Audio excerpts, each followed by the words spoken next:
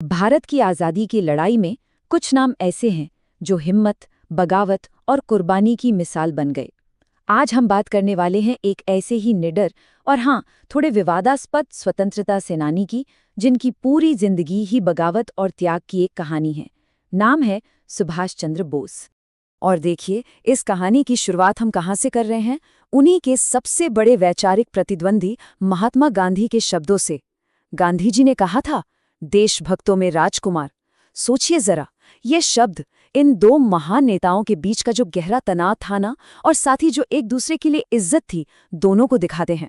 और यही तो हमारी कहानी का सबसे दिलचस्प पहलू है। तो चलिए शुरू से शुरू करते हैं। सुभाष बोस का जन्म एक बहुत ही अमीर, एक वेल टू डू परिवार में हुआ था। मतलब उनके लिए एक आरामदायक, शानदार भविष्य का रास्ता, समझ लीजिए, बिल्कुल तय था। लेकिन उन्होंने एक ऐसा फैसला लिया जिसने सब कुछ बदल कर रख दिया। उनकी पढ़ाई लिखाई की कहानी तो सच में कमाल की थी। कटक से लेकर कैम्ब्रिज तक वो हमेशा टॉप पर रहे। और फिर उन्होंने वो कर दिखाया जो उस जमाने में हर भारतीय नौजवान का सपना होता था। आईसीएस की परीक्षा पास कर ली। मतलब ब्रिटिश हुकूमत में एक बड़ा, पावरफुल पद, एक सिक्योर फ्यूचर, सब कुछ था उनके पास। लेकिन उनके मन में कुछ और ही चल रहा था। अपने भाई को एक चिट्ठी में उन्होंने लिखा कि अरबिंदो घोष का रास्ता उन्हें ज्यादा महान, ज्यादा प्रेरणा देने वाला लगता है, भले ही वो कांटों से भरा हो। आप सोच सकते हैं उनके अंदर क्या चल रहा होगा।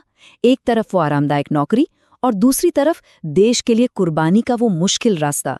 ये सिर्फ एक पॉलिटिकल चॉइस नहीं था, ये उनके दिल की आवाज थी। और फिर आया साल 1921।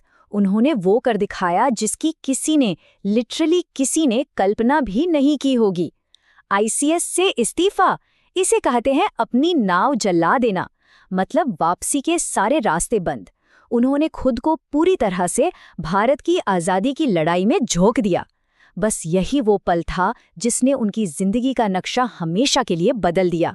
तो ठीक है, भारत वापस आए, कांग्रेस में शामिल हुए, लेकिन बहुत जल्द ये साफ होने लगा कि भाई मंजिल तो एक है, आज़ादी, पर रास्ते बिल्कुल अलग हैं। खासकर महात्मा गांधी और कांग्रेस के बड़े नेताओं के साथ उनके जो विचार थे वो मेल नहीं खाते थे, और ये मतभेद दिन ब दिन बढ़ते ही गए। और ये मतभेद कोई छोटे मोटे नहीं थे, जमीन आसमान का फर्क था।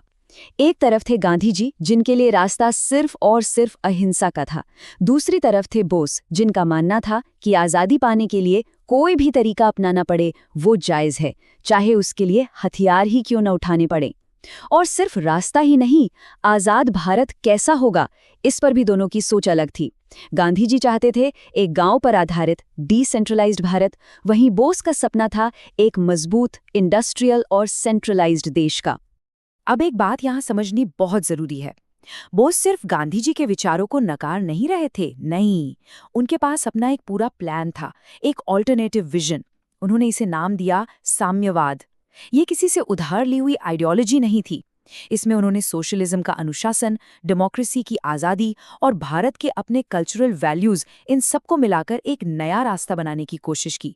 ये भारत के लिए उनका अपना एक यूनिक ब्लूप्रिंट था। और विचारों की ये लड़ाई 1939 के त्रिपुरी कांग्रेस सेशन में खोलकर सामने आ गई। एक सियासी भूचाल आ गया, समझिए। बोस ने सीधे सीधे गांधी जी के उम्मीदवार पट्टाभी सीतारमैया को चुनौती दे दी। और क्या हुआ? वो जीत गए। उन्होंने गांधी जी के कैंडिडेट को हरा दिया। ये कांग्रेस के इतिहास का एक टर्निंग पॉइंट था। दो पीढ़ियां, दो विचारधाराएं आमने सामने थी। और इस हार के बाद गांधी जी ने जो कहा वो बहुत बड़ी बात थी। उन्होंने कहा, ये हार उनसे ज्यादा मेरी है। सोचिए, ये सिर्फ एक पॉलिटिकल हार नहीं थी, ये कांग्रेस के अंदर चल रहे दो ताकतवर नजरियों के बीच की गहरी दरार का सबूत था। लेकिन हुआ ये कि बोस चुनाव तो जीत गए, पर वो काम नहीं कर पाए। वर्किंग कमेटी में गांधी जी के समर्थकों ने उनके साथ काम करने से ही मना कर दिया। नतीजा, मजबूर होकर बोस को कांग्रेस अध्यक्ष पद से इस्तीफा देना पड़ा। और फिर उन्होंने बनाई अपनी party, all India forward block. बस यहीं से मेनस्ट्रीम पॉलिटिक्स से उनका रास्ता हमेशा के लिए अलग हो गया। कांग्रेस से अलग होकर बोस रुके नहीं, बल्कि यहीं से उनकी जिंदगी का सबसे ज्यादा, कह सकते हैं, क्रांतिकारी और एक्शन से भरा चैप्टर शुरू होता है। दूसरा विश्व युद्ध छिड़ चुका था और बोस ने तय कर लिया था कि अब ब्रिटिश साम्राज्य से सीधी जंग होगी। और उन्होंने जो किया वो किसी हॉलीवुड थ्रिलर फिल्म से कम नहीं था। कलकत्ता में घर पर नजरबंद थे, वहां से भेष बदलकर निकल भागे, फिर अफगानिस्तान और रूस के रास्ते जर्मनी पहुंचे, और तो और एक सबमरीन में बैठकर जापान तक का खतरनाक सफर किया। आप सोच सकते हैं क्या गजब की हिम्मत रही होगी। और मकसद सिर्फ एक था, भारत की आज़ादी के लिए बाहर से एक फौज तैयार करना। सिंगापुर पहुंचकर उन्होंने एक और बड़ा, एक बहुत ही साहसिक कदम उठाया। उन्होंने बनाई आज़ाद हिंद सरकार, यानी विदेशों में भारत की अपनी सरकार, और इसके head of state, prime minister और सेना प्रमुख वो खुद बने। ये ब्रिटिश राज के मुंह पर एक सीधा तमाचा था। और फिर उन्होंने वो नारा दिया जो आज भी हमारे खून में जोश भर देता है, तुम मुझे खून दो, मैं तुम्हें आज़ादी दूंगा। ये सिर्फ एक नारा नहीं था, ये एक कॉल टू एक्शन था उन हजारों भारतीयों के लिए जो देश के लिए मर मिटने को तैयार थे। उनकी जो आज़ाद हिंद फौज थी, जिसे हम INA के नाम से जानते हैं, वो कोई छोटी मोटी सेना नहीं थी। 40,000 से ज्यादा सैनिक। ये फौज इम्फाल और कोहिमा के घने जंगलों में ब्रिटिश सेना से लड़ी। और एक और खास बात, इसमें एशिया की पहली ऑल फीमेल कॉम्बैट यूनिट भी थी, रानी झांसी रेजिमेंट। और हाँ, हम जो जय हिंद बोलते हैं ना, ये नारा भी हमें नेताजी ने ही दिया। लड़ाई में INA भले ही जीत नहीं पाई, लेकिन बोस की कहानी यहाँ खत्म नहीं होती, बल्कि उनकी जिंदगी का आखिरी चैप्टर एक ऐसी पहेली है, एक ऐसा रहस्य जो आज तक सुलझ नहीं पाया। इस मामले में जो सबूत हैं वो आपस में ही मेल नहीं खाते। देखें, एक तरफ भारत सरकार के 2 पुराने कमीशन कहते हैं कि 1945 में ताइवान में एक प्लेन क्रैश में बोस की मौत हो गई, लेकिन दूसरी तरफ 2005 में बना मुखर्जी कमीशन कहता है कि नहीं, उनकी मौत का कोई सबूत ही नहीं है। और सबसे अजीब बात, ताइवान के पुलिस और शमशान रिकॉर्ड्स में उस दिन ऐसे किसी क्रैश या बोस के अंतिम संस्कार का कोई रिकॉर्ड ही नहीं मिलता। तो फिर सच क्या है? खैर, उनकी मौत का रहस्य जो भी हो, एक बात बिल्कुल साफ है, भारत की आज़ादी में उनका जो योगदान है उस पर कोई सवाल नहीं उठा सकता। उनकी विरासत उनकी जिंदगी से भी कहीं ज्यादा बड़ी है।